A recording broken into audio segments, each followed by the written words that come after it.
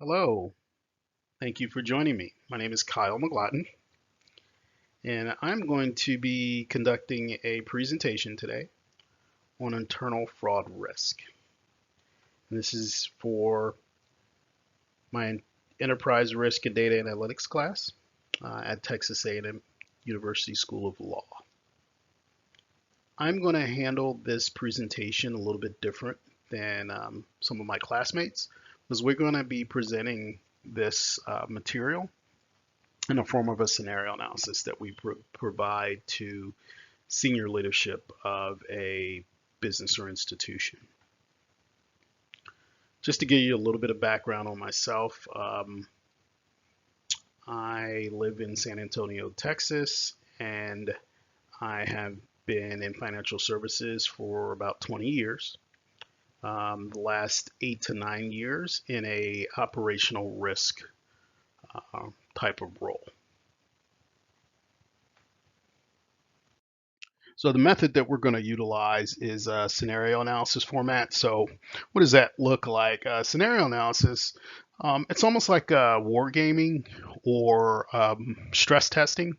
So you take a scenario, you extrapolate it out, and it could actually be a scenario or an actual event. But once you extrapolate it out, you may add more, it may be a little bit more enhanced or exaggerated, if you will, versus the actual live event that occurred. And so why use scenario analysis?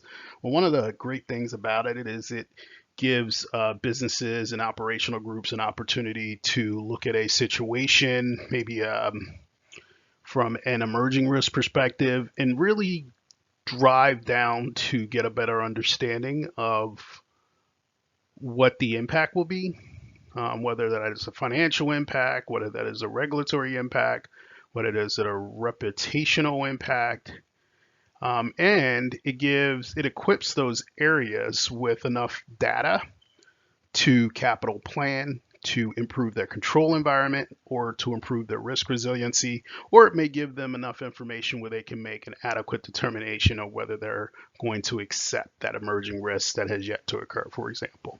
So for the purposes of our presentation, we're going to detail the scenario and the risk event that occurred. We're going to cover the timeline. We're going to review the data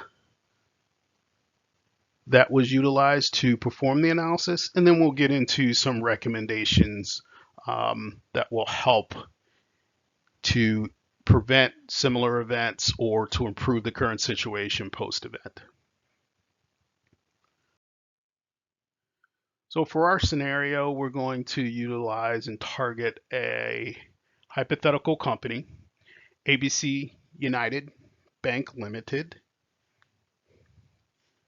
And ABC United Bank Limited is a large mid-sized financial institution, and they have a presence in a lot of areas throughout the physical presence in a lot of areas throughout the country, and they have a large online presence. So in order to meet customer needs, they currently leverage third-party suppliers for various functions. For the purposes of our presentation, in the scenario analysis, the third-party supplier in question is a third-party supplier that provides contact center solutions.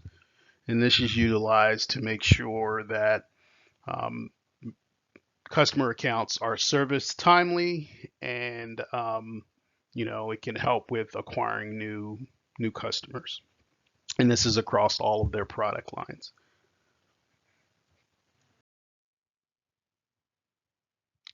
So to get into a little bit about the event and what caused the event, um, there's an opportunity for a new contact center supplier that ABC United Bank Limited is utilizing to, provide contact center services for their customers. And the way they frame it is there is there's opportunities for these third-party contact center suppliers to gain more share, if you will, from ABC United Bank Limited by increasing the amount of new customers they acquire. Right. So from the perspective of this new contact center supplier, they are going to acquire more new business because they want to gain more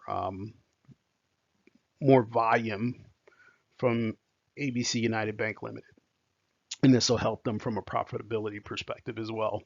Unfortunately, because there's such a focus on acquiring new business to gain more market share, it creates the perfect environment for a risk event, because the culture is really to drive more sales, and not necessarily saying that there's not a focus on quality, but there's a bigger focus on driving new customer acquisition. This gives the bad actors in our scenario an opportunity to leverage this environment and this culture to commit fraud.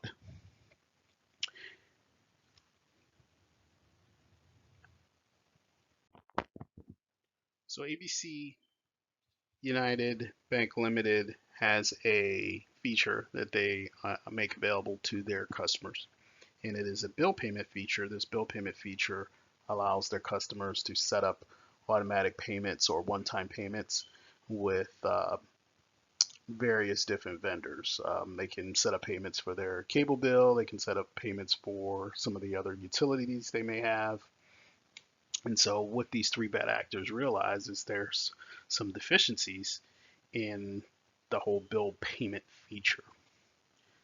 They focus on signing new customers up for bill payment, or when they talk to an existing customer about about servicing for maybe another product, they'll offer bill payment. So what they do is they get the customers all excited about it, sign them up for it, and they will immediately set up a payment unbeknownst to the customer. And then they come right behind and set up a refund. So they stop the payment, or the payment goes through, and they immediately set up a refund. What this does is it makes the customer whole, but for the refund, they redirect the funds for the refund, to their own personal bank accounts. And that's really where the fraud, it's really where it takes roots.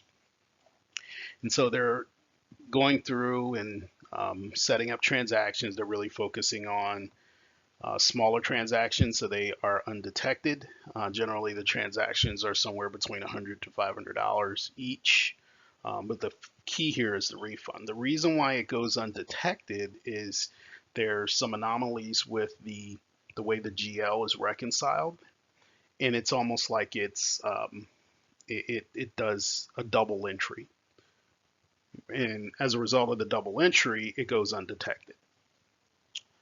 However, ABC United Bank Limited has some threat monitoring, and what they do is they have this mechanism where they will monitor individuals that have ABC United Bank Limited accounts who are employees or employees of ABC United Bank Limited suppliers, and it's an opportunity for them to detect any anomalies as it pertains to internal fraud or money that may be stolen.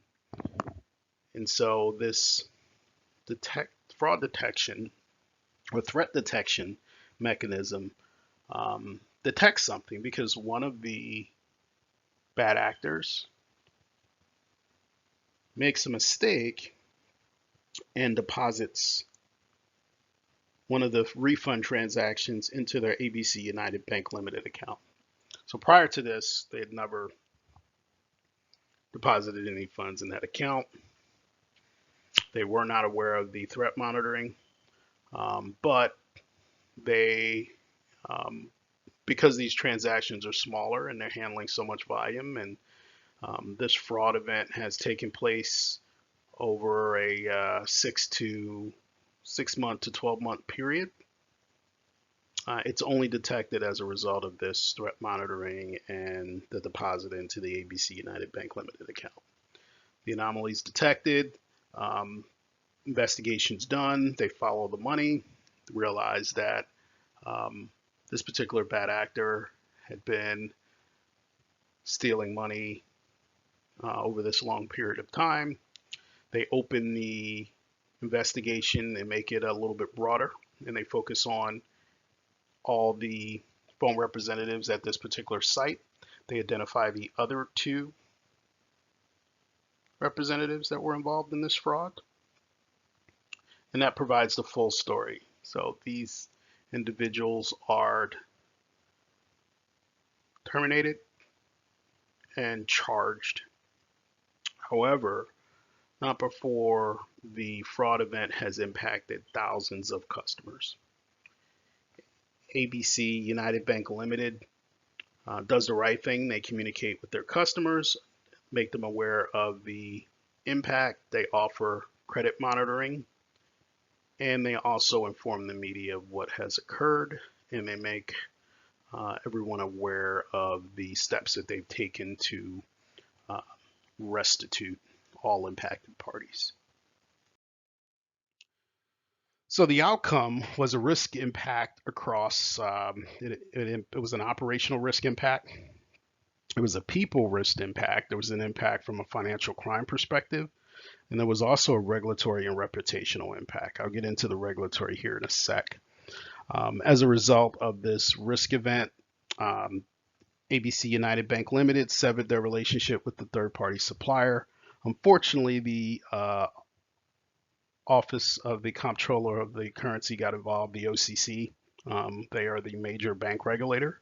Not the only one, but the biggest and baddest. And they get involved because a couple years back, they provided some information in the form of a supervision letter that states that financial institutions really need to improve their oversight of third-party suppliers because there's risk there, and the risk is exacerbated when it moves from the financial institution over to activities being handled by any type of third-party supplier. That risk increases and it can't be transferred. And so as a result, the OCC identifies that there were weaknesses in third-party supplier oversight for ABC United Bank Limited, and they impose a $20 million fine.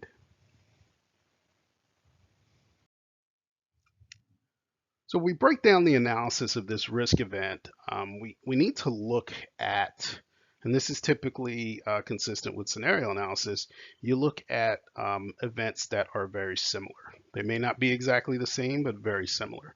So in the instance for our scenario analysis, we think about the Wells Fargo account scandal, where over 1 million accounts were opened for customers, and those accounts were unauthorized. But the culture at Wells Fargo really focused on opening up new accounts and generating what they refer to as share of wallet, where they wanted every customer to have at least 8 different Wells Fargo products.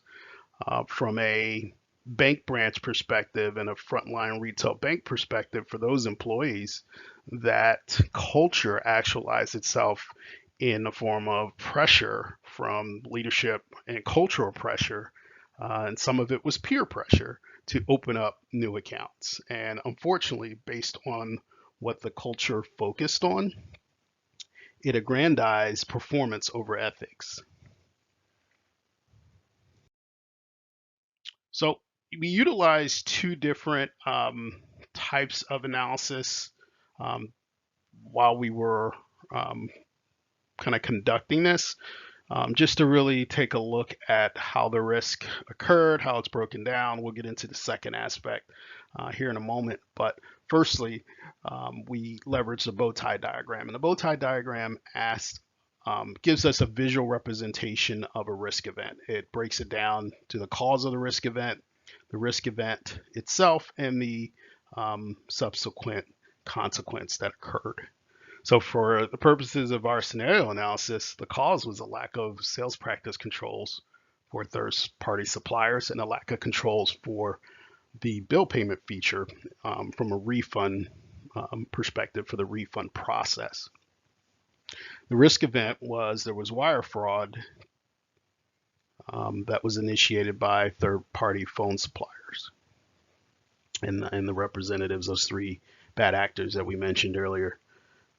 The consequence was a financial loss for ABC United Bank Limited and its customers, as well as reputational and regulatory exposure. The second method we used was a Monte Carlo simulation. And so I handled this a little bit different because in the beginning of our presentation, I talked about like data. With scenario analysis, you utilize analogous data. So again, it's not the exact same from a risk event perspective, but it's very, very similar. And I leveraged the Operational Risk Data Exchange Association, or ORIX, and they are a consortium for loss events, and they collect loss event data from companies across the globe. And so what I looked at was 332 internal fraud events that took place between 2009 and 2019. When I plugged all the data in, I was able to run 1,000 simulations. And so the average loss was 185 million. The median loss was 24 million. And the maximum loss amount was 2 billion and change. So as we can see, internal fraud is a big deal, and it's a significant financial impact, and it can be impactful from a risk perspective in a couple other areas.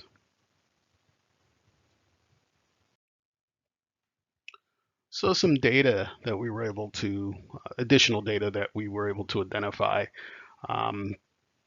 From a statistical perspective, we see that private companies had a median loss of 164,000, and 1 in 8 frauds were detected by a third-party auditor or law enforcement officer.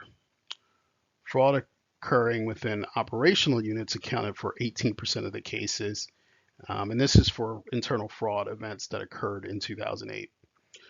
Fraud occurred within operational units realized a median loss of 105,000.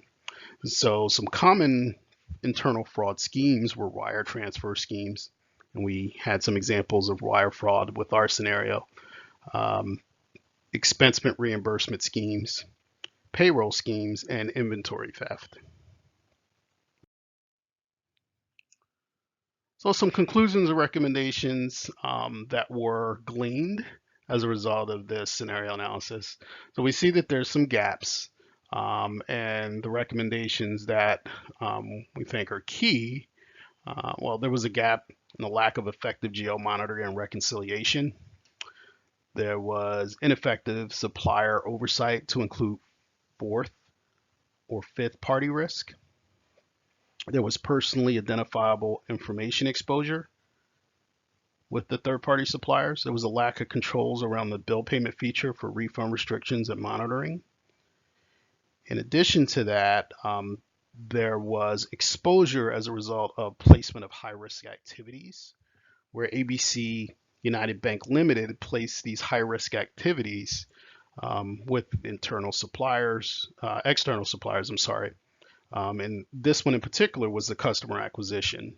They placed that with external suppliers, and combined with that culture of, hey, let's generate more, let's get together and generate more new acquisitions. We'll get more business from ABC United Bank Limited. That opened up that environment for that risk event to occur. And so some key assumptions when you utilize a scenario analysis, you want to make sure you detail your assumptions. So the assumptions that were made in performing this scenario analysis was that the third-party supplier management they acted independent of ABC United Bank Limited's management in really forcing and focusing on the culture to increase sales so they could subsequently get more business from ABC United Bank Limited. The action by the third-party supplier employees was not detected or reported by the supplier management or their compliance. i.e. the third-party supplier internal compliance systems and controls failed to detect the fraud. The third-party supplier phone representatives had access to new member accounts and personal information to prevent changing of addresses, emails, and generating pay your bill refund requests, which was the name of the bill payment feature. ABC United Bank Limited did not detect the fraud charges until the third-party supplier phone representative directed their pay their bill refund to their ABC United Bank Limited account. So what if, this is a real key question, and if we were presenting this to bank leadership, and kind of doing this scenario analysis post-mortem, we would ask the question, you have to really consider if the bad actor did not redirect those, in that one instance, the refund through the fraud scheme for the pay your bill feature and the bill payment feature to their direct ABC United Bank Limited account, would the fraud have been detected? Or how much longer would it have gone on before it was detected? So there's really an opportunity there for them to, from a recommendation perspective, to really look at enhancing the controls or creating some sound controls that are more effective to prevent anything like this from happening. In addition to that, sometimes in these instances, you have to expound your mindset. So this particular instance, you have to think forward to consider what else could have taken place, what other potential breaks are there, what other potential weaknesses are there in the control environment that could lead to other forms of internal fraud. I really appreciate you guys listening today. Here's some information on the references that I utilize for the scenario analysis. It brings us to the end of the presentation. If you have any questions, you can leverage our class discussion post, and I'll do my best to address any questions that you have. Thank you for your time today. Bye-bye.